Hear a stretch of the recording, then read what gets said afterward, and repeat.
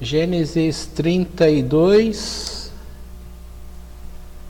página 92 da Torá capa azul, porção semanal Vaishlach.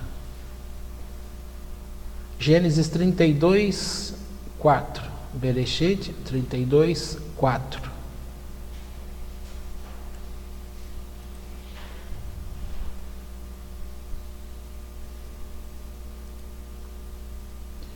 E enviou Jacó mensageiros à sua frente, a Esaú, seu irmão, à terra de Seir, ao campo de Edom. E ordenou-lhes, dizendo: assim direis a meu senhor, a Esaú: assim falou teu servo Jacó: com Labão morei e demorei-me até agora, e tive bois e jumentos, ovelhas e servos e servas. Mandei anunciar a meu senhor, a fim de conseguir graças a teus olhos. E voltaram os mensageiros a Jacó, dizendo: fomos ter com teu irmão, com Esaú, e também ele vem ao teu encontro, e 400 homens com ele. E temeu Jacó muito e angustiou-se, e dividiu o povo que estava com ele, e as ovelhas, as vacas e os camelos, em 2 acampamentos. E disse: se vier Esaú a um acampamento e o ferir, terá o acampamento restante escapado. E disse Jacó: ó Deus de meu pai Abraão e Deus de meu pai Isaac, eterno, que me disseste: volta à tua terra e à tua parentela, e far-te-ei bem. Sinto-me pequeno para todas as misericórdias e toda a verdade que fizeste com teu servo, que com minha vara passei o Jordão, e agora dividi-me em 2 acampamentos. Livra-me, rogo, da mão de meu irmão, da mão de Esaú, porque eu o temo. Talvez venha e me fira, mãe com filhos. E tu disseste: far-te-ei o bem, e porei a tua semente como a areia do mar, que não é contada, porque é muita. E dormiu ali naquela noite, e tomou do que veio à sua mão, presente para Esaú, seu irmão. Até aqui tá bom. É muito claro para a gente que vive debaixo de mitos, verdades, que a gente chama de verdades, ora a gente desconfia se é mentira, mas o mito fica entre a verdade e a mentira, que diz que o tempo sara todas as coisas, não é verdade? Você acredita nisso? Você vai falar assim: eu acredito. Se você falar eu não acredito, acredita ou não acredita? Hein? O tempo cura todas as coisas?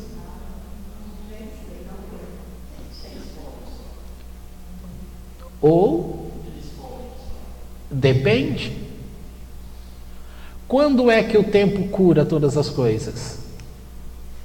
Quando você não é mais aquela mesma pessoa do início. Esse período de tempo você caminhou, andou, você transformou, você cresceu, e aí você pôde reavaliar todas as coisas, né? É igual quando a gente mexe com esquema de computador, e aí você faz aquela edição, você melhora o arquivo, e aí você faz uma atualização. Quando uma pessoa pega aquele arquivo atualizado, ele só está vendo aquele momento atual, ele não tem noção como era aquele arquivo antes da atualização, tá? Mas precisou-se um trabalho de atualização, tá? Esse trabalho, embora a máquina ela é, entre aspas, inteligente, mas ela não faz sozinho, ela precisa de alguém que faça essa edição, não é verdade? Você mexe no teu trabalho lá, você não é ninguém hoje, mas sem um programa, né? Cada empresa tem o seu. Mas quem que faz a atualização? É o ser humano. Ele tem que alimentar a máquina. Nesse sentido, você como uma máquina, você recebe os dados da tua vida diariamente, tá? Na tua casa, no teu trabalho, naquele lá, aonde você se encontra, você está se envolvendo com pessoas, você está aprendendo coisas. A educação, ela é sempre, vai se renovando cada dia mais, você vai aprendendo coisas. Às vezes a gente aprende coisas bobas, tipo o quê? A gente vai vendo aí pela internet, às vezes eles colocam uma figurinha lá, você sabe para que serve tal coisa? Aí você olha aquilo e fala, puxa, eu nunca reparei nesse tal coisa, né?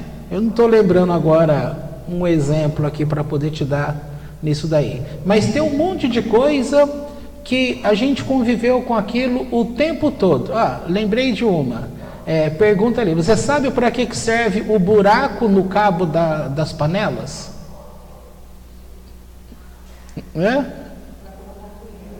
Para poder apoiar a colher, o talher que você está usando. Você coloca ele ali. Agora, a gente acha que aquele buraco no cabo, a gente acha que é um design. Não é verdade? Eu sempre achei que fosse um design. Para pendurar, isso, porque o que a gente mais vê é pendurar. Mas, na verdade, você reparou quantas colheres você tem o cabo queimado? O plástico você esquece ali, aí ele vai derretendo, fica tudo duro.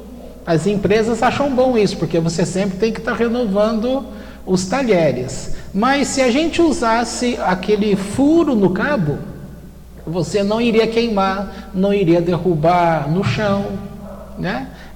Coisas bobas que a gente vê, não sabe para que serve. Retrós de linha, tem um compartimento ali que eles perguntam, para que serve aquilo? Para guardar alfinete, agulha. Nunca reparei nesse tipo de coisa. Então a gente vai aprendendo ao longo da vida coisas que era para você já saber lá atrás. E a gente vai aprendendo e fica fascinado às vezes com determinadas descobertas. Mas voltando aqui, por que eu estou citando o tempo?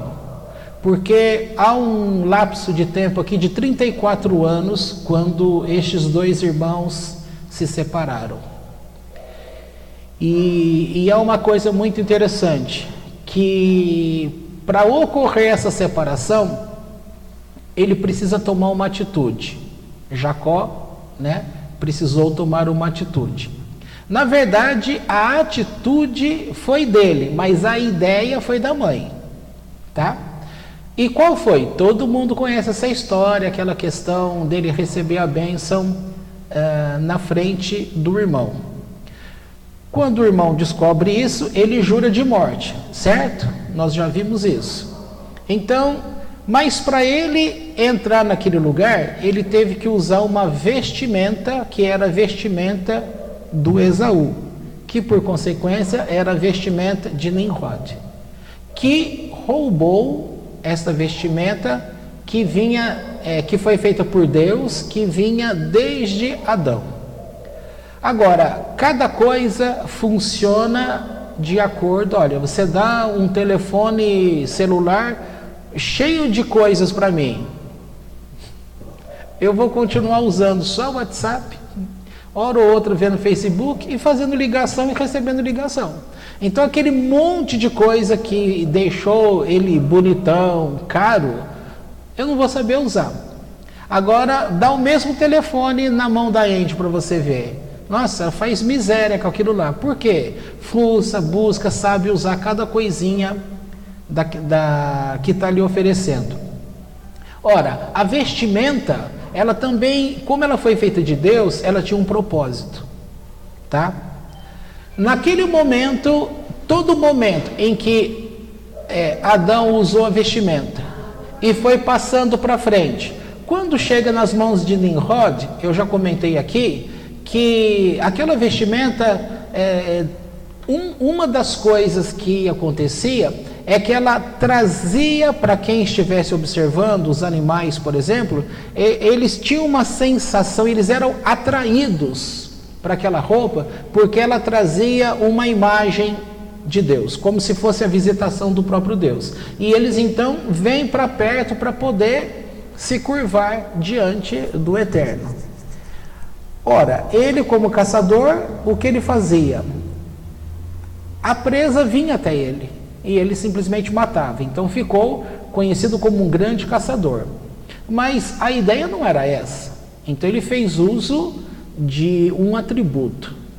A mesma coisa ocorre para Esaú. Ele também se destaca como caçador. Mas quando Jacó coloca aquela roupa, o efeito original do propósito da roupa, então ela acaba completando seus efeitos na vida de Jacó.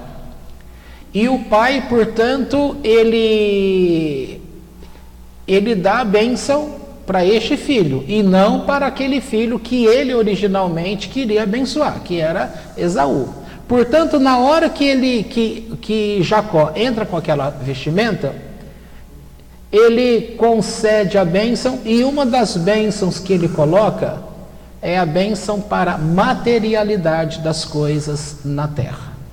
Então ele fala que Deus te abençoe com orvalho celestial, ou seja, que te dê tudo de bom que a terra tem permitido que tenha sua existência. Ok? Por outro lado, também é dado uma bênção espiritual. Então aqui nós temos uma bênção material e uma bênção espiritual. Na jogada dos irmãos ficou característico que a bênção espiritual ficou para quem? Para Jacó. E a bênção material ficou para Esaú. Mas você concorda que aqui Jacó está voltando depois de 34 anos? Ele tem a bênção material? Ele tem também a bênção material. Adquiriu a bênção a duras penas. Mas para ele adquirir essa bênção, ele precisou de aperfeiçoar um relacionamento com Deus. Tá? Então ele teve que ir fazendo atualização. Então aqui a gente aprende uma coisa: nós podemos ter a bênção espiritual e nós podemos ter a bênção material.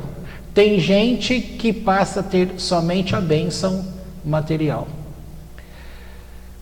Podemos estabelecer como uma regra geral que quem é rico está afastado de um conhecimento de Deus?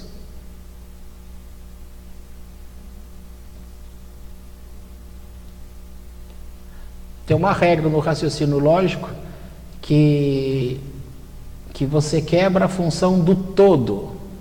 Ou seja, todo rico está afastado de Deus. Se você consegue provar que basta um que está unido com Deus, então você quebrou. Ou seja, nem todos estão afastados de Deus. Basta um para poder quebrar. Existe esse um? A mesma ideia Deus disse para Abraão, né? Quando Abraão fala assim: você vai destruir, Eterno, a cidade, se houver nela 50 justos. No final, o Eterno quebra esse todo, dizendo que se houver um, eu não destruirei. Tá? Então, basta ter um e você quebra todo. Agora, existe um que não é somente um, são vários que estão conectados com Deus? Sim, então a gente não pode afirmar que todos aqueles. Por outro lado, a grande maioria que estão conectados com Deus, ou seja, dentre aqueles que estão conectados com Deus, que tem bastante riqueza, esta riqueza, na grande maioria, aparta essa pessoa de cumprir os mandamentos do Eterno. Estou falando agora especificamente para um judeu, tá? E aí você pode generalizar. Dentre aqueles que têm uma grande responsabilidade financeira, ele consegue manter todo o aparato dele entre ele e Deus? Aí é fácil falar que não. Por que não?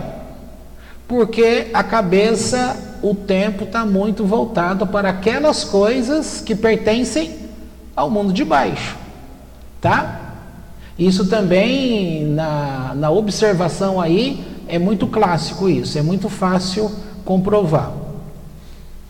Como foi, portanto, que Jacó conseguiu ter uma bênção material com Deus? Trabalhando. Só que ele estava trabalhando como que um trabalho escravo. Como que alguém no trabalho escravo consegue ficar rico? Quase que impossível. Mas não havia somente ali o trabalho material. Existia ali uma constituição espiritual. Por quê? Porque Labão usava dos artifícios de feitiçaria para poder manipular toda aquela região. E aquela região era amaldiçoada, sem a presença de Deus. Com a presença de Jacó naquele lugar, todos perceberam que não tinha água. A água começou a brotar novamente, porque eles tinham que ir nos poços. Os rios começaram a funcionar de novo. Então tudo isso traz riqueza para um lugar? Traz. Por que tinha água lá? Antes não tinha, mas agora tem. Pela presença de um justo da parte de Deus. Era interessante mandar esse homem embora? Não, né? Porque por causa de um, a bênção veio sobre todos. Mas, por outro lado, onde é que esse Jacó trabalhava? Cuidando das terras, cuidando do gado do tio dele. Em princípio, para quê? Por pagamento, para ter a esposa que ele amou. Certo? Tá bom. Ele conta que durante 20 anos que ele ficou ali, ele praticamente não dormia, porque ele trabalhava de dia e de noite. De noite, ele ficava atento, porque se algum animal fosse morto por ataque de outro predador, Jacó, fazia a reposição, pagando do próprio bolso. Então, nesse sentido, ele não foi oneroso pro tio dele. Tudo que se perdeu, ele pagou. Por outro lado, eu já disse que ele via a materialidade da bênção na vida das pessoas, que era ganho por N fatores, tá? Inclusive por feitiçarias. Aí ele percebe que para o pagamento do amor da vida dele, ele está trabalhando naquela função. Naquela função, deu a ele o prazer de ficar conectado com quem? Com Deus. Porque a materialidade, ele acaba diminuindo a preocupação material e acaba aumentando um contato com Deus. E aí ele vai usar algo que pertence ao nome dele, astúcia. Ele vai agir, como diz, com o astuto você deve agir com astúcia. Vou dar um exemplo real no nosso tempo. O juiz Sérgio Moro. Ele pela crônica especializada, ele é visto como um grande jogador de xadrez. A tacada dele é certeira. Ele é uma pessoa que, eu não sei se vocês gostam disso, mas conforme ia tendo aqueles depoimentos, não é só gente da área jurídica que gosta de ver. Tem gente que gosta de ver como que é o depoimento e qual é a atitude do juiz. Então você percebe que ele é muito centrado, ele mantém a paciência, ninguém conseguiu tirar ele do sério, embora a astúcia do advogado, do Lula principalmente, era tirar. Teve uma sessão lá que o advogado do Lula não conseguiu tirar ele, o Moro, do sério, mas conseguiu tirar o companheiro lá do sério, que ameaçou dar voz de prisão para aquele advogado. mas o muro em si, ele continuou. Isso é característica de alguém que sabe muito bem aquilo que vai ser feito. Então, nesses momentos, ele se mostra frio. Passa-se a ideia de que a pessoa está indo naquele relacionamento com os demais, só que no momento certo, ele dá atacada. Ou seja, ele não foi manipulado, mas ele manteve uma aparência de alguém que estava sendo manipulado. E na hora que aquela pessoa menos esperava, ele dá a famosa atacada de mestre e coloca todo mundo, como diz a gíria, a ver navios. É aquela correria, tá? A mesma coisa ele fez agora, quando ele tinha dito que ele só iria pedir exoneração quando? Em janeiro. Vocês perceberam essa confusão toda que deu, é gente falando isso, fazendo aquilo, tal. Quando estava todo mundo colocando aquela confusão toda, o que ele faz? Da noite para o dia, ele oficializa a exoneração. Pegou todo mundo de surpresa. É novamente uma atacada de mestre. Perto das eleições finais, ele divulgou o áudio de conversas do PT, ou seja, do Lula. E aquilo, para muitos, houve uma influência muito grande. Ou seja, eu peguei um nome que todo mundo conhece hoje, para você perceber que a astúcia, ela tem que fazer parte de um trabalho, tá? Ser astuto não é você demonstrar maldade. Ser astuto é você trabalhar com a mesma arma que estão vindo contra você. Então, quer dizer, a polícia corre atrás do bandido com um Palio Weekend. O bandido está correndo com aquele carro que tem motor muito mais possante, muito mais aquilo. Vai pegar em velocidade? Não vai. A polícia pode usar o famoso 38. O bandido usa fuzil. A desproporção é muito grande. E aí quando você vê um presidente que vem com uma proposta de tirar esse tipo de armamento do bandido, usando o quê? Uma estratégia, usando drone. Um drone que faz abatimento. Nossa, aí é tido como assassino, como isso e aquilo, tal. Mas você concorda que, por um lado, ele está usando de um artifício para lutar contra um grande bandido? Isso você está vendo do lado de fora, que não tem nada a ver com você. Agora, coloque na tua vida. Como você está colocando a tua planilha de vida, o teu programa de computador que é você, a tua vida. Como que você está atualizando? A grande maioria das pessoas não faz atualização.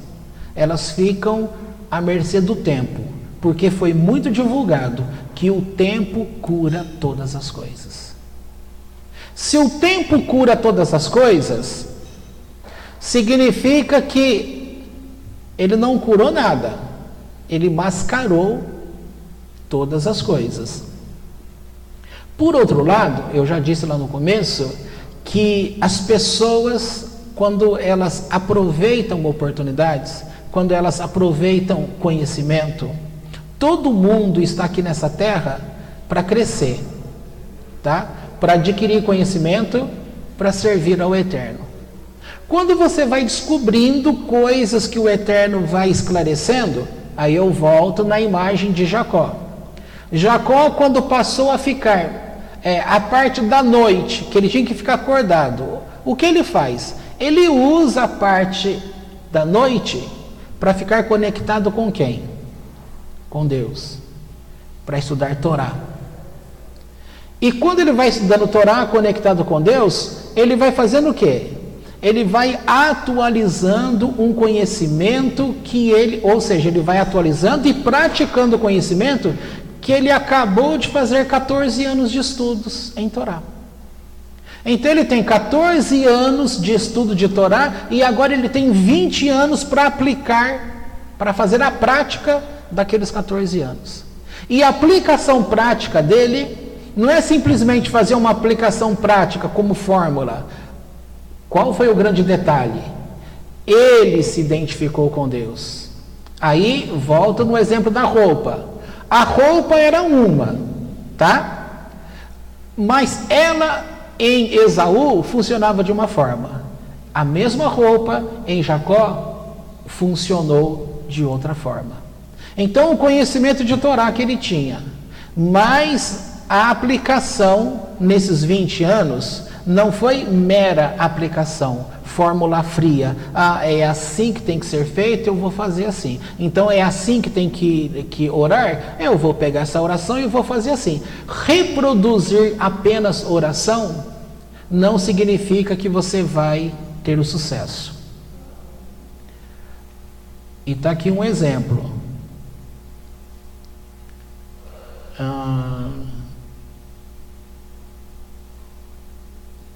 Então aqui no verso 9, olha o que ele diz.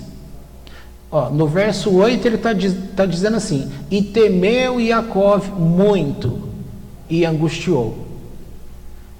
Você em muitos momentos não teme muito e se angustia? Então até aqui tudo bem. O grande servo do Eterno também temeu, também se angustiou. Mesmo tendo os 14 anos lá atrás de ensino vivo de Torá e mais a aplicação de 20 anos de prática e de atualização. Somando tudo, você tem 34 anos. Então ele está aqui representando um expert. Um expert também está tendo temor e está se angustiando. Aí ele diz: se vier Esaú a um acampamento e o ferir, terá o acampamento restante escapado. O que ele usou aqui? De uma estratégia. Ele separou o acampamento. Ele ficou só esperando em Deus? Não, ele teve uma ação. Deixa eu ver se é mais aqui para cima. Eu vou descendo aqui o texto. No verso 12.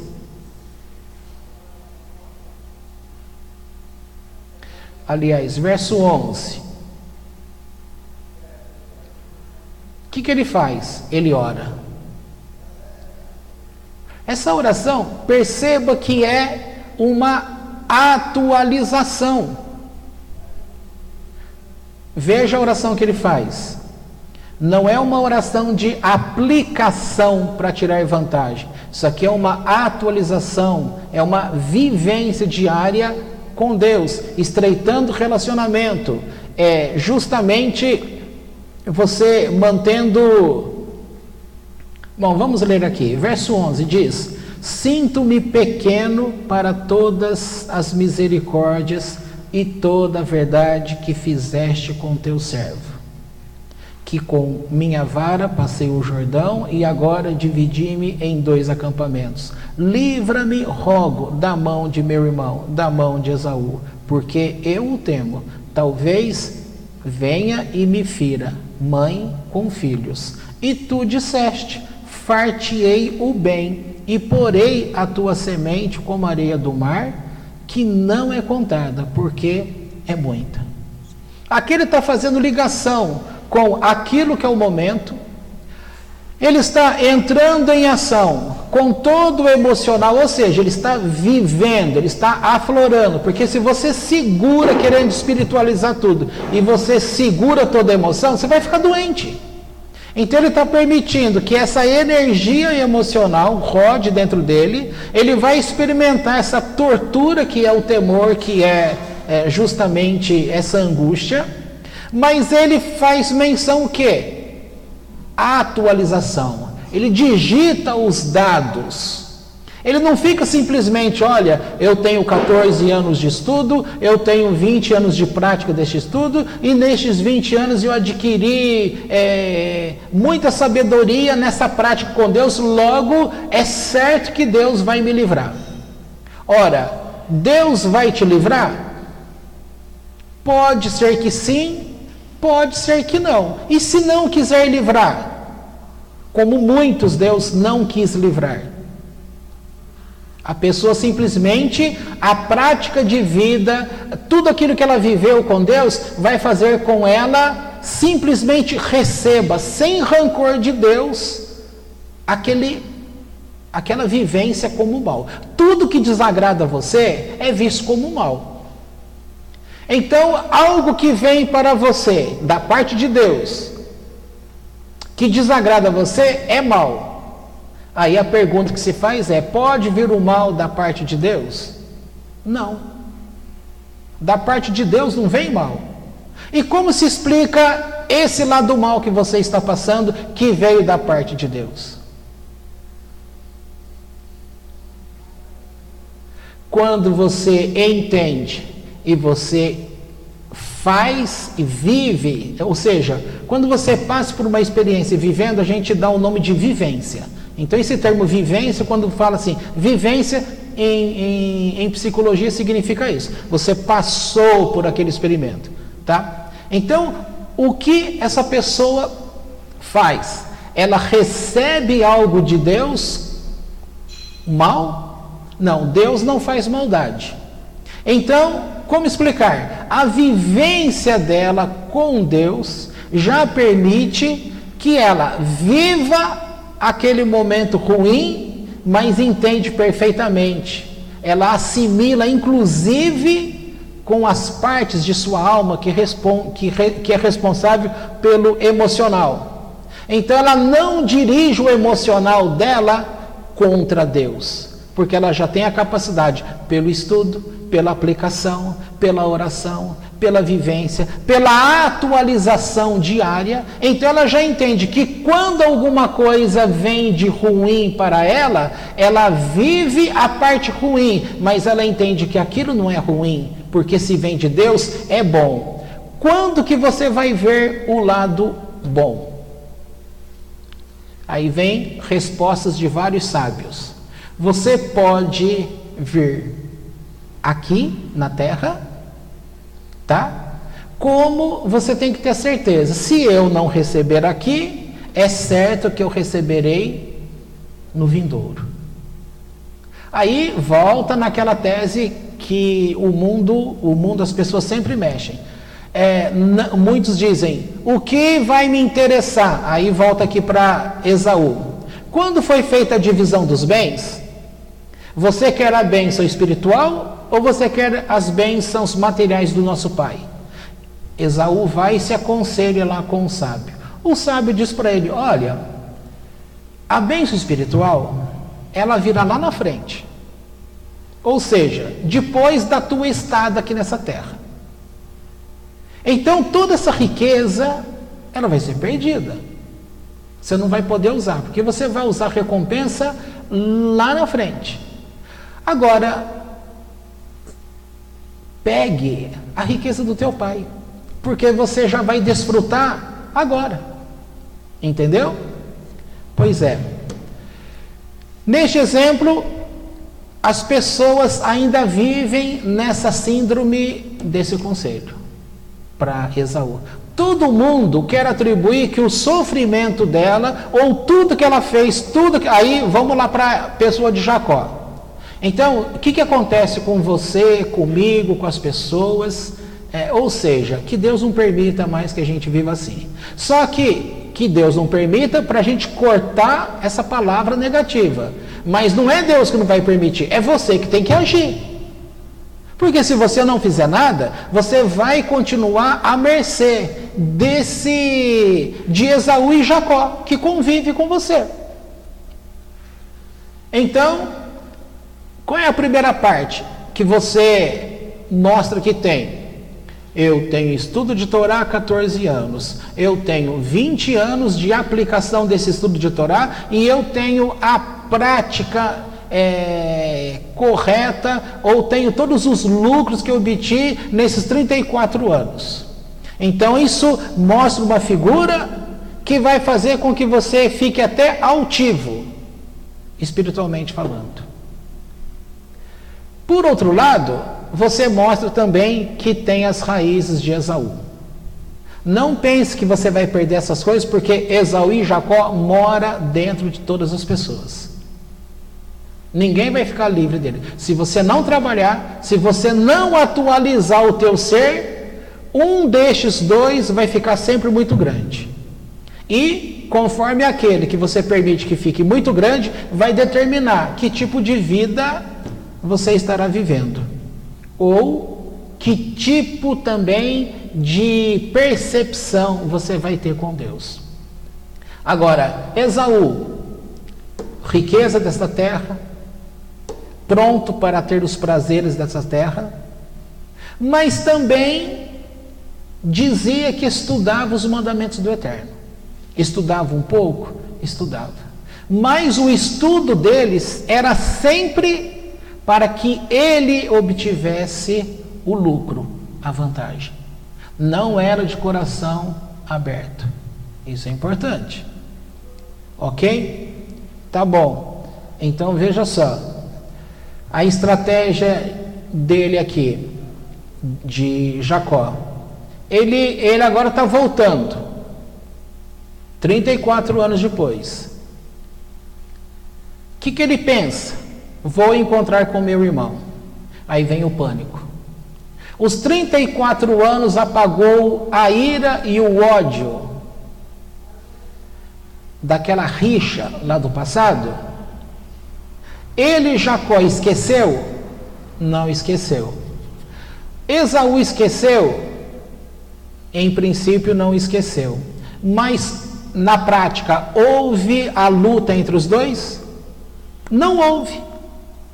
Os dois aqui ficaram com medo. Sabe por quê?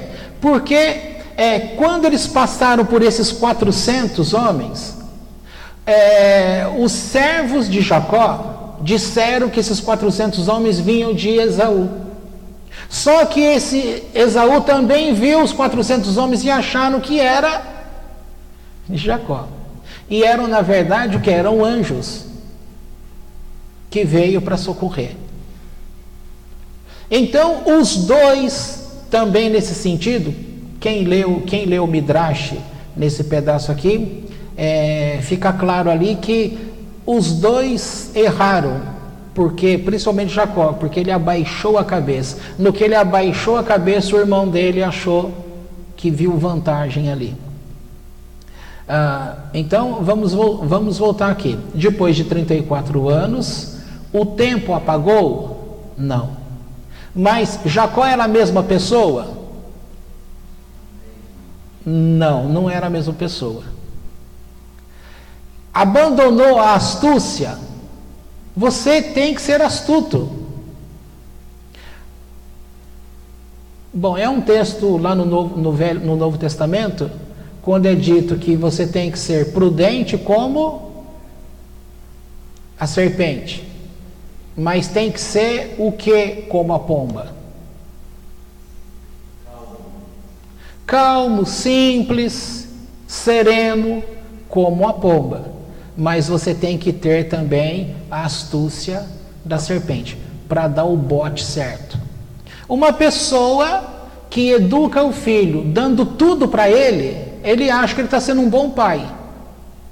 Ele não está sendo um bom pai, porque ele não está preparando essa criança para a vida. A vida não tem dó. Tá? Agora, por outro lado, quando um pai pensa, olha, eu vou educar o meu filho para o mundo, ele acaba sendo ruim para esse filho, na cabeça dele é bom, ó, eu vou ser ruim porque a vida é ruim. Então ele vai estar experiente quando a vida começar a cobrar. Só que o filho vai começar também a ter aquele outro lado, carência. Tá? Exemplo. Não sei se aconteceu com você um dia, mas você precisa ir num lugar. Aí você tem a opção de ir a pé, de pagar um táxi, hoje tem o Uber, ou o teu pai ou tua mãe te levar e te buscar. Tá? Às vezes o pai fala assim, vai de Uber, para que você mesmo pague o Uber.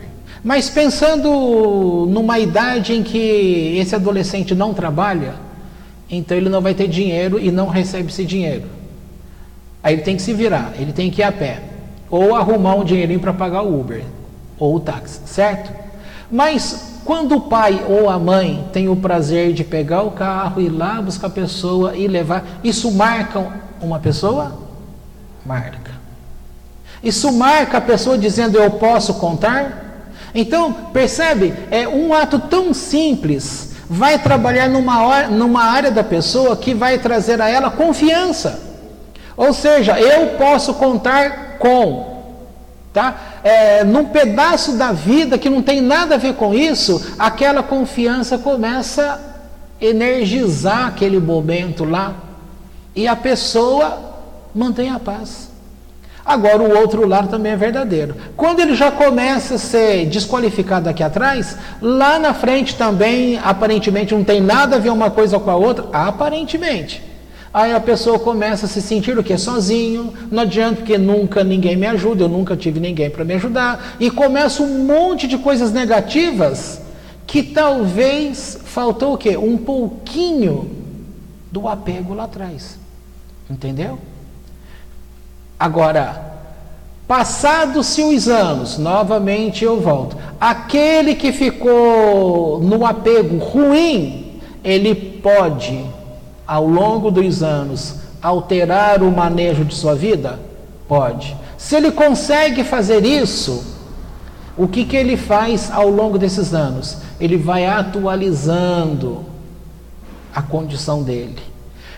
E aí, o que ele vai fazer? Quando ele chegar diante de um problema, aquele problema não existe mais. Quando esses dois chegaram diante desse problema, o problema já não existia mais.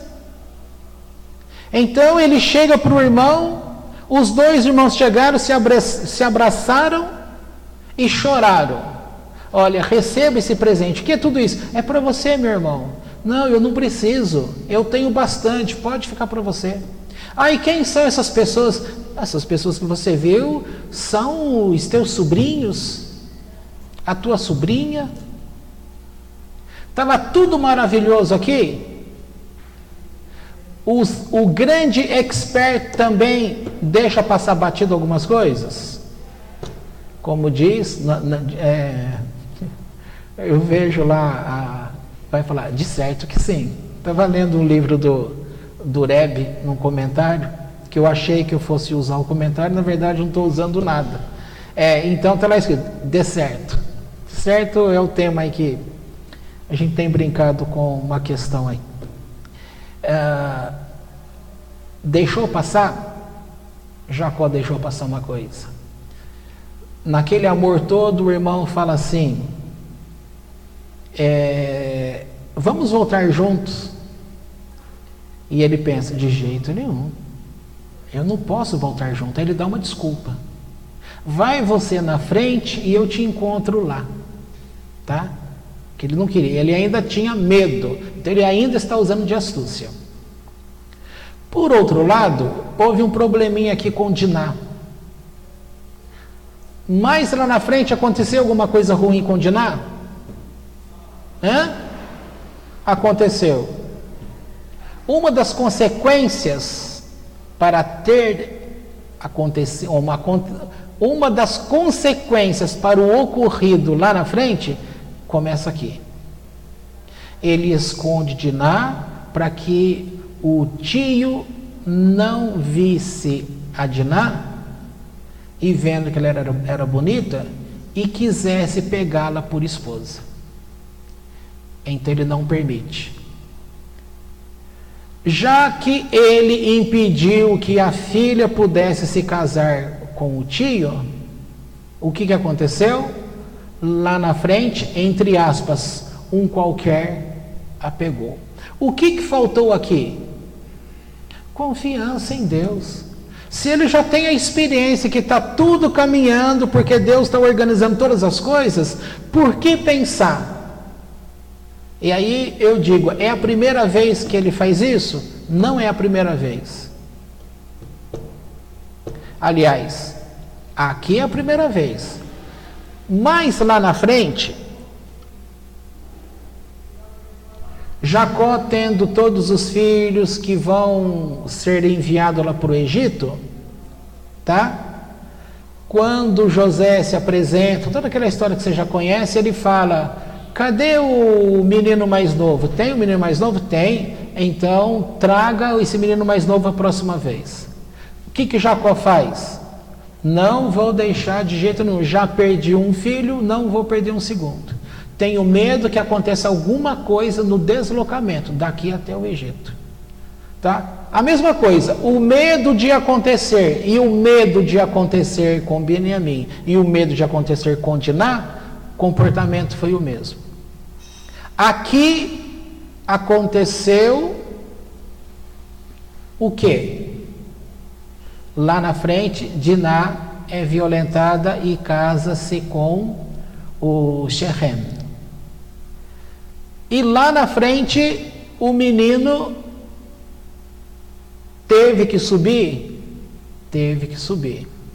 Mas nisso tudo, trouxe sofrimento lá? Trouxe sofrimento. A falta de confiança sua em Deus vai gerar sempre uma consequência que vai trazer aborrecimento a você. Aí você vai dizer assim: isso quer dizer que Deus é mau? A atitude é sua. Quem está atualizando a cartilha, quem está atualizando o programa em você é você. Por falta de quê? Porque você não está confiando. Ah, mas isso são coisas que você nem pensou. Não é verdade? Por que Deus permite que sempre você esqueça alguma coisa?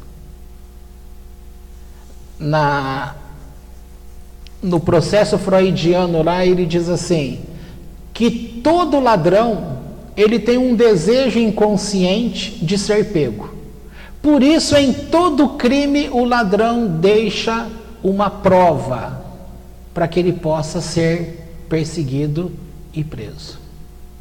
Pode ver os filmes aí, aquele da televisão, você que assiste muito lá, o Investigação Policial, né? Gente, eles conseguem descobrir a pessoa, às vezes é um detalhe tão, mas é um detalhe, por mais que tivesse escondido ali, deixou. Ah, eles são inteligentes que descobriram? Sim, mas eles descobriram assim à toa? Não, por falhas que a pessoa deixou. Nós também deixamos falhas. E essa ideia não é algo ruim contra nós. É bom. Por que é bom? Porque quando você deixa escapar algumas coisas, você vai começar a se atualizar e sempre procurando se atualizar. Para quê? Para que você não abaixe a guarda. Ora, o lutador brasileiro aí que... Como que é o nome dele lá? O do MM... O Anderson... Não, Anderson, como é que é o nome? Hã? Isso, o apelido dele lá, o Spider, não é isso? O lutador de MMA que fala. Ora, naquela luta que ele foi nocauteado, ele estava tão seguro que ele era o melhor do mundo, que ele era isso, que ele era aquilo, estava tão seguro que ele começou a brincar. O que ele fez? Abaixou a guarda. Primeiro bote, o cara acertou nele, acabou a luta ali. Acabou o cara, cadê o Anderson? Tentou voltar, acabou a carreira dele. É pergunta ou você só está explicando? Como que a gente pode conciliar essa questão da confiança com a nossa ação? Porque a impressão que passa quando você fala em confiança é que você não deve agir para evitar uma consequência. Mas a gente está no mundo da ação. A gente deve agir.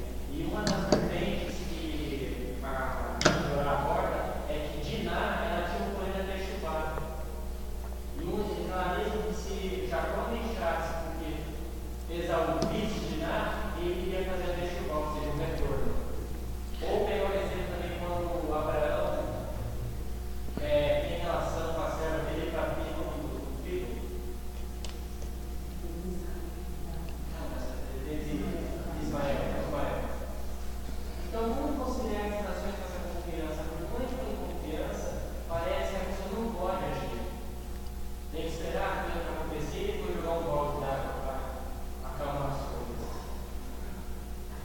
Mas o que te faz pensar que a confiança faz com que a pessoa não esteja agindo? Vamos supor, Jacó se encontra com o irmão dele e ele não esconde nada, conhecendo o irmão dele na conversa, porque a humildade conta que sabe, ele matava muitas pessoas e até ele não estuprava, então é o medo. E a própria palavra fala como ele impede as pessoas de agir. Ele superou esse medo, ele agiu. Esse pedaço que você citou aí, que você leu, também ele já traz a resposta. Que era preferível ela ter se casado então com Esaú. Sim, mas do ponto de vista humano, ele não é errado. Não. Pelo menos ele superou o medo, ele ganhou, se for ver, essa batalha com as emoções. Então, como conciliar essa confiança com essas emoções que a gente sente no calor do momento? Como, por exemplo, o próprio Abraão, ele queria ter um filho e, bom, se ele não fizesse relações com alguém, ele ia ter um filho, obviamente. Então, ele teria que agir da mesma forma. Só que a gente vai falar certa vez. Então, como conciliar essas emoções que a gente sente nos momentos com essa confiança? Quando você pensa numa confiança, simplesmente numa palavra, confiança como vocábulo, ela vai ter uma definição, tá? Quando eu falo assim para você, o que é uma definição de carro? Uma invenção pela engenharia que eu uso para deslocamento. Isso pode ser uma definição simples de carro? Pode. Agora, um Fiat 147 para uma Mercedes não sei o que, também é carro os dois? Só que entra num Fiat 147, entra numa Mercedes, você vai falar, não, o Fiat 147 não é carro. Aí, você pensa, confiança, se você pensa também na palavra confiança, no exemplo que eu estou dando como carro, você também vai ter confiança como Uno 147 e você também vai ter confiança como Mercedes. Ou seja, confiança também ela vai estar em extremos. Você vai trilhando. Existe nível de confiança. Você já ouviu falar que a pessoa acredita desacreditando? Confiar desconfiando? Existe o confiar desconfiando? Existe. Então, quer dizer, para terminar aí, nessa questão que você falou, eu conheço esse texto aí também. Por outro lado, nós já não vimos que o versículo ele pode ter 3.000 interpretação, certo? Então você teria aqui 3.000 modos de explicar por que também tem um número de 70 níveis de explicação. Você tem o nível Peshat, ou seja, aqueles 4 níveis para ver um segredo aí. Agora, para você entender e para as pessoas no tema que eu estou falando, eu estou usando confiança num termo que te afeta inconscientemente, que faz com que você tome atitudes na sua vida. Porque uma coisa é a confiança daquele estudante de Torá que chegou num nível de justiça, de tzadik. E você tem um nível de confiança daquele que está iniciando os estudos de Torá. O teu nível de conhecimento de Deus hoje é exigir de você um nível top de confiança está fora da tua alçada.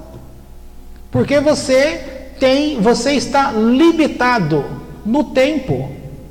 Você tem apenas X anos de idade. Com 20, 30 anos de idade, você já adquiriu o quê? O que se diz a tarimba. Caiu, levantou, é a experiência. Entendeu? A pergunta que você está fazendo hoje, ela é útil? Com certeza que é. Mas essas coisas também vão se aperfeiçoando. Agora, de um modo genérico, generalizado, a pessoa tem que aprender a ter essa confiança, porque ela é governada inconscientemente. E as coisas que nos governam inconscientemente faz com que a gente, passando os dias, a gente não esteja atualizando. O exemplo é o que você deu. Isso que eu estou falando é o exemplo que ele deu. O que ele acabou de falar? Se eu tenho uma confiança tal que eu vou confiar, eu não vou agir. Mas espera aí, uma confiança que não faz agir, o que a pessoa está dizendo que esta confiança o bloqueou numa ação? Existe um tipo só de ação? São vários tipos de ação, na mesma cena, na mesma pessoa. Então a confiança, ela, no que eu estou me referindo aqui, ela tem que te dar. Eu mostrei um texto para você, você lembra de duas palavras? Você mostrou até lá para sua patroa. Fé e confiança é coisas que parecem a mesma coisa. Não são. Enquanto a confiança é uma coisa, a fé é outra coisa. Imagina se a Dilma fosse explicar isso. O que ela ia falar assim, que a fé não é confiança, porque a confiança não é fé, porque se a fé não é confiança, logo você não tem nem confiança e você também não tem fé, as duas não são nada. Ia fazer uma confusão. A verdade é que, usado pela palavra do hebraico, vai trazer aquele ensino interno de que quando você está experimentado com Deus e você confia, você pegou aquele que era o teu problema, entregou para Deus e você deixou de agir. Dali para frente você não age mais. Então esse é um tipo de confiança que faz com que a pessoa não esteja mais agindo. Por quê? Porque ela entendeu que aquele problema já não é mais dela. Se um problema não é mais meu, por que eu tenho que mexer nele? Agora, para uma pessoa ter esse grau de compreensão, de confiança, ela também tem que ter um grau de maturidade naquilo que ela adquiriu com Deus. Segundo explicação que vem do próprio Marx, os homens se influenciam mutuamente por causa de interesses. Quem ama, quem é romântico, como a N com E, vê romantismo em tudo, aquela série N.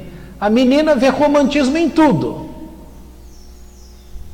E na minha opinião, as desgraças que aconteceram na vida dela, o motivo dela não ficar uma doente psicológica é porque ela vê o romantismo tudo, ela dá explicação para tudo. Ela coloca nova cor. Porque se ela ficasse, quem assistiu a série, eu disse que assista porque é muito, muito bom. Ela ficou presa no trauma? Não ficou, mas aquele trauma sumiu da cabeça dela? Não, sempre que acontecia alguma coisa, ela relembrava, deixava ele vir à tona. O que a gente aprendeu em cura interior e nessa questão que a Torá ensina? Para você ser curado, você tem que experimentar novamente aquela dor e aí você coloca uma nova vivência aquilo. O filme mostra o que essa menina fazia. Na hora que vinha aquela experiência ruim, ela lembrava, né, daquela experiência ruim e em seguida ali na realidade ela, vou usar o termo que eu estou falando hoje, ela fazia a edição no momento atual da vida. Ela está alimentando a máquina, ela está jogando dados novos para dentro e aí ela aperta a tecla dentro dela lá de atualizar. Então a partir daquele momento ela está atualizada, ela já não é movida por aquele trauma do passado. É isso que eu estou falando aqui, dessas coisas. Se você enxergar Esaú, Jacó, confiança, não confiança, a ação, no caso dele, ele tem estudo de Torá, tem prática de 20 anos, tem os 34 anos nesta experiência, mas ainda ele continuou mantendo o vínculo de conversar com Deus. Quando a gente não usa, espera um minutinho, quando a gente deixar de orar, tem situações que Deus pede para que você não mexa naquilo mais? Tem. Pode ir. A confiança, então, seria, não sei se eu estou certo nesse pensamento, seria várias vezes em que você achou que aquilo era confiança e teve que passar por essa experiência para chegar no nível da confiança mesmo, saber que isso hoje é uma confiança. E sei que tem que entender o enrolo do pensamento. É que várias experiências que você achou que era confiança, você tem que passar por isso, como essa forma que você falou de ter estudo de Torá, ter vivência da Torá, ter todos esses processos para chegar nesse nível da confiança. É isso, né? E assim você tem que passar da confiança? Só que eu estou dizendo que esse nível de confiança ele vai sendo atualizado de tempo em tempo, conforme você vai alimentando os dados. Agora, vocês perceberam uma coisa? De tudo que a gente vem falando, essa questão da confiança pegou aí pelo jeito, né? Viu? Estou falando aí com você ainda. Não dá para você me ouvir e ouvir ele ao mesmo tempo. A confiança, tanto ele aqui quanto você, e outros aí devem estar pensando sobre confiança, o tema aqui, ele estava sendo direcionado para um tipo de coisa. De repente apareceu confiança, vocês esqueceram tudo o resto e jogaram atenção na confiança. Aí eu pergunto, por que isso acontece? Ou por que aconteceu isso? Você deve se perguntar, por que eu joguei a minha atenção em confiança? Porque o teu problema e o problema das pessoas está na confiança.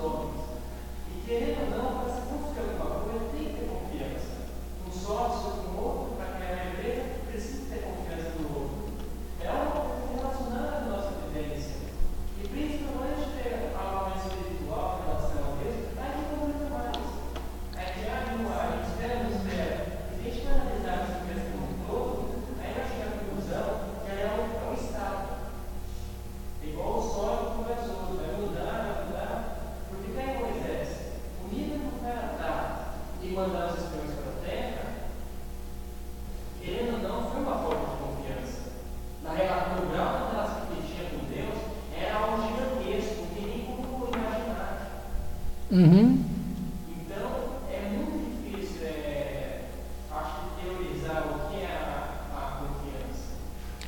Não é difícil, sabe por quê? Qual é a doença do século? Ansiedade. Qual é o motivo da ansiedade?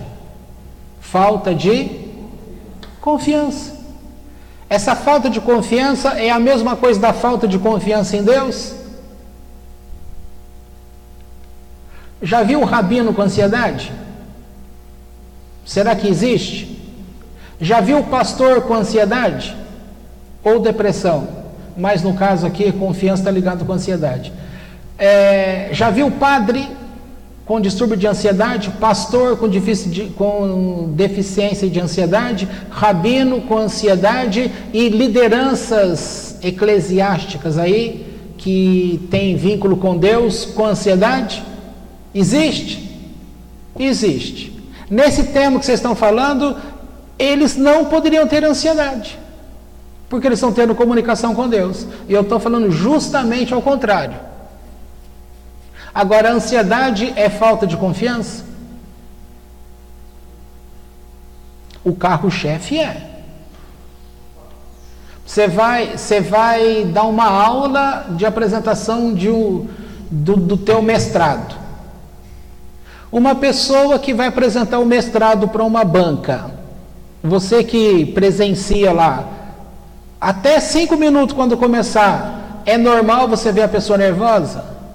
Esse nervosismo chamado de ansiedade. tá? É normal? É normal.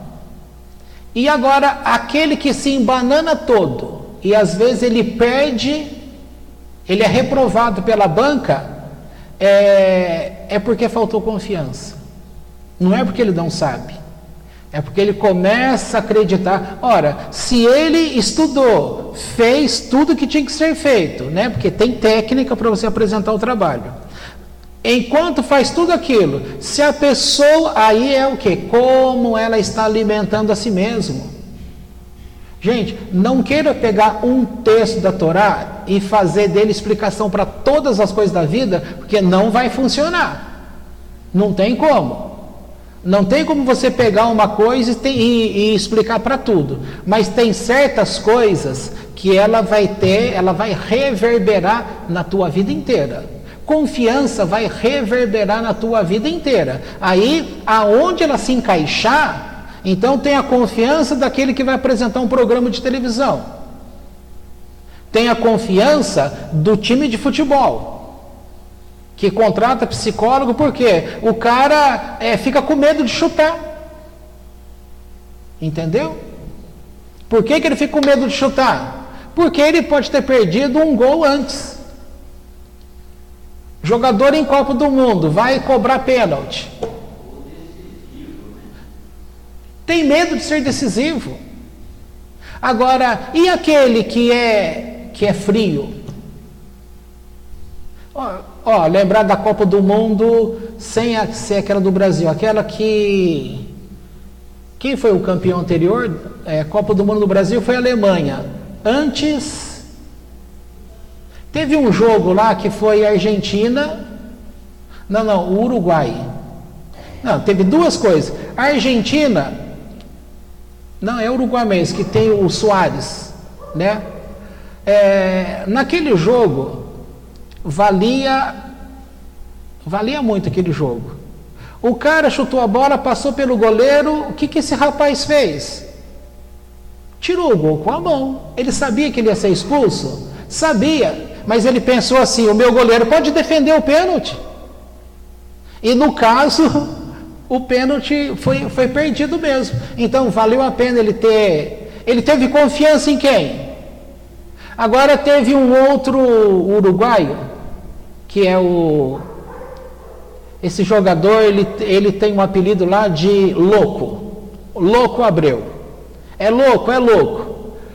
Num jogo de Copa do Mundo, cobrança de pênalti, você tem o gol lá assim, o sujeito vai e dá aquela famosa cavadinha, você dá um chutinho leve na bola, a bola vai assim devagarzinho, ó.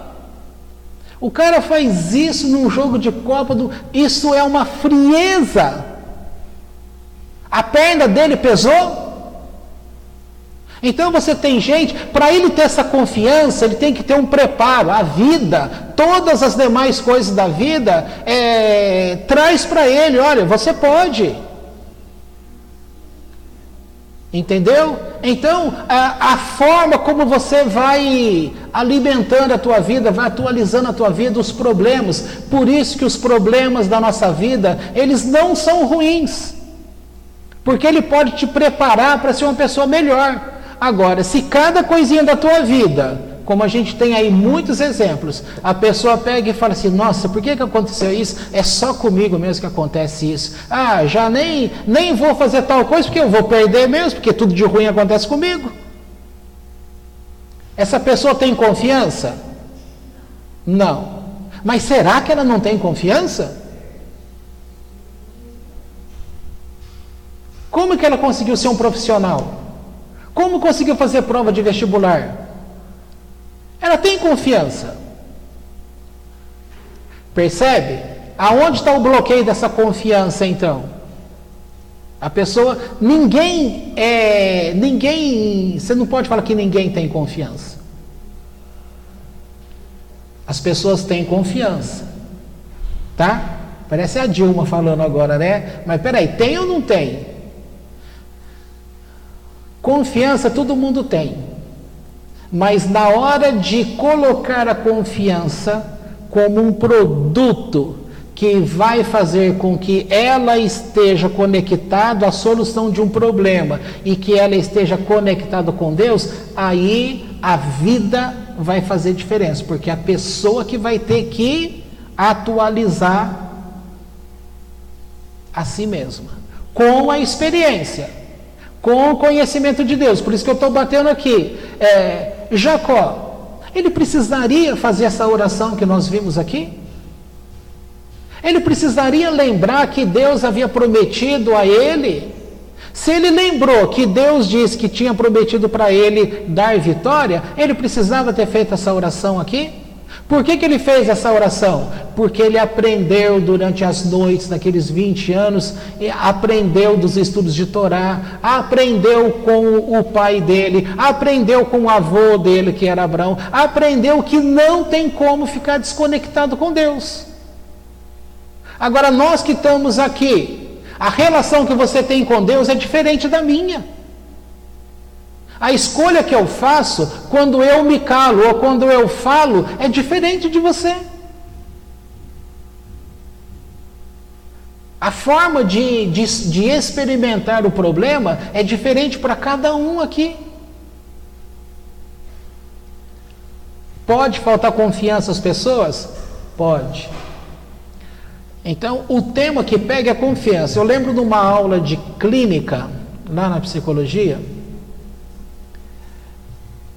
Éramos em 8 alunos. Começa ali um tema, então aquilo me chamou atenção. Igual chamou a atenção de vocês hoje. Mas por que esse tema falando dessas coisas? Aí essa professora disse assim: porque isso está dentro de você. É nisso que você pensa. Quando vocês escolheram, os dois falaram sobre confiança, mas com certeza todos vocês aqui, se tivesse uma multidão de gente, a grande maioria vai chamar atenção para essa questão da confiança. Sabe por quê? Porque essa confiança, ela está determinando alguns acontecimentos da tua vida que já aconteceram recentemente ou que as coisas que estão por acontecer. Aí a pessoa quer tomar conta para esses momentos de agora e acaba esquecendo o todo. Eu guardei isso, eu ficava pensando, poxa, por que a gente tem essas aulas? Quantas pessoas eu já estive atendendo em épocas passadas, que conforme aparecia o problema, nossa, me vinha à mente lá, eu sentadinho ouvindo o professor quando ele falava daquele assunto. Aí novamente ficava pensando, por que aprender numa aula? Quando mais lá na frente acontecer alguma coisa, você pode lembrar desse momento de hoje, dessa aula de hoje, tá? Esse é um assunto bom mesmo, confiança passa por tudo isso na vida de vocês, ela faz parte do nosso dia a dia, determina a nossa sorte. Não, obrigado. Vai determinar a nossa sorte. Só que a determinação da nossa sorte não é só confiança em excesso, ou confiança na medida certa, ou falta de confiança. Tem a ver com o quê? Como você, usando o exemplo que eu tenho dado na aula de hoje, como você tem atualizado o seu computador, como você tem atualizado a tua máquina, como que você tem feito backup? Quem faz backup não perde o ensino. Quem não faz, reprovou, vai ter que fazer tudo de novo. A frase que você e a Lori usavam no passado, de reprovar a lição. Reprovar a lição nesse sentido, faltou confiança? Será que você pensar em coisas que vocês reprovaram, brincar, se encontrarem aí e começar a falar, lembra disso, daquilo, tal, e depois desses anos todos, vocês tomariam, com o conhecimento de hoje, posições diferenciadas? Então, para terminar, o tempo cura. O tempo não cura, mas o tempo, por um outro lado, pode-se dizer, ele cura. Por que cura? O principal, ele não cura, tá? Mas o que eu estou dizendo aí? Que nesse caso, o tempo passou. Se você teve a vivência durante esses anos, e a vivência que você teve chegou naquele ponto que estava adoecido, e você fez o backup, e você fez a atualização, e você fez a edição, então você melhorou a tua alma, melhorou o teu eu. Aí, quando você vai colocar a ligação com aquele fato, por causa do tempo que você teve para experimentar coisas novas, para estudar coisas novas, para conversar com Deus, para tirar dúvidas, para isso, aquilo, tal, mudou o teu emocional. E quando você pega aquilo lá do fato da história, você vai aplicar o conhecimento atualizado naquilo do passado. Exemplo do filme. A menina pega algo do passado e coloca a cena atualizada, dando um novo... Gente, base da terapia multifocal do Augusto Cury. Também é a mesma coisa. É a mesma coisa. É usar coisas novas sobre aquele antigo. Ou seja, ele usa o termo assim, ó, memória não se deleta, mas você deve colocar imagens novas sobre aquela. É uma sobreposição.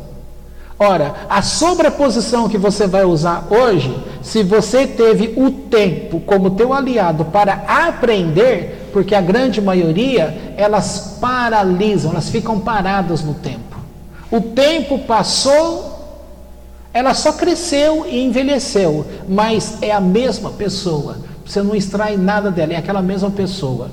Então, curou? O tempo não curou nada. Mas quando você aproveita o tempo e você não ficou parado naquele trauma, você se permitiu conhecer coisas novas, pensar coisas novas, você foi se atualizando, tal, vira uma outra coisa. Ó, cabe um exemplo aqui.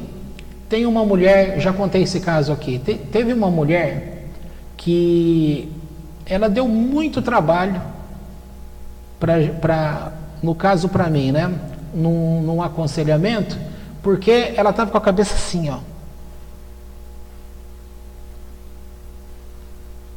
Fica difícil. E aí foi complicado. Vi transformação nela, condições? Para aquele momento não. Passaram-se os anos. Nós até deixamos a igreja evangélica, estamos no judaísmo hoje, encontro com essa moça lá no Mercado Novo que abriu aí no Vila. Ela me reconheceu, veio falar comigo. O jeito dela falar, de se expressar, era outra pessoa. Aí o que ela me disse? Lembra, não toquei no assunto, lembra naquela época assim, assim, assim? Lembra como era a minha cabeça? Eu falei, claro que eu lembro. Ela falou, pois bem, esse tempo que passou, eu fui estudar. Estudar na escola mesmo. E estudar na escola, ela diz que o mundo começou a se abrir. No que ela começou a ter acesso à informação, um monte de coisa, ela foi se atualizando por dentro. Foi tirando conceitos velhos, argumentos. E agora ela está colocando uma nova leitura de vida na vida dela. Então muitas coisas que a gente estava falando aqui na época, curou. O tempo curou. Não é que o tempo curou. A pessoa usou o tempo, né? O tempo não passou sem ela fazer nada. Ela usou a passagem dos dias para ela trabalhar. É o que eu estou falando de Jacó. Jacó usou esses 20 anos trabalhando ali e ele foi se atualizando, ele foi se aperfeiçoando, ele foi criando técnicas com Deus, ele foi se estreitando o relacionamento, ele foi ganhando conceitos de como ser astuto. Então o mundo vai abrindo, as comportas vão se abrindo, e aí você muda. E aí vai dizer que o tempo curou? Não foi o tempo que curou, é o trabalho da pessoa naquele espaço de tempo que fez com que ela se tornasse saudável. Olhando por esse ponto de vista frio, o tempo curou, porque ela trabalhou.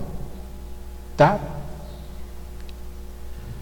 Podemos encerrar? Já está dando quase meio-dia e como ficou muito aí só em cima do confiança, qualquer coisa que fale aqui agora se perde, tá bom? Para terminar então, tem uma coisa aí que os sábios, eles falam, que é muito difícil a gente fazer isso. Nós estamos falando de confiança, e ele deu exemplo de vários níveis de confiança. E citou o mesmo ponto ali sobre Diná, citou algumas interpretações. Quando você estuda o Talmud, não é isso que acontece entre eles? Eles não vão dando novas visões sobre um assunto? E, às vezes, novas explicações, parece que ela vai totalmente contra aquelas outras. E dá a impressão que o clima ficou pesado demais ali, que um negou o outro, tal. No final das contas, eles conseguem fazer uma ligação entre todas aquelas coisas. Isso aí também é técnica de estudo de Torá, né? Você pega um texto, vai pegar um outro como base e às vezes vai ter um choque, um negando o outro. Você vai ter um terceiro texto que vai explicar isso. A nossa vida precisa dessa técnica de estudo, porque às vezes um comportamento nosso entra em choque com o outro, isso no tema de confiança, que você vai precisar de um terceiro ponto para equalizar as coisas. Isso eu estou usando coisas simples, de 1, 2, 3, tá? Agora você pega um monte de situações, e você vai ter que precisar de algo que vai zerar o negócio, trazer paz. Uma delas não sabe o que fazer com essa informação? Não faça nada. Aguarde o momento correto que aquilo vai ser usado. Não entre em pânico. Não se diminui. Ou também não se exalte. Tá? Então tá bom, podemos parar aqui e a gente dá continuação fazendo o fechamento em oração.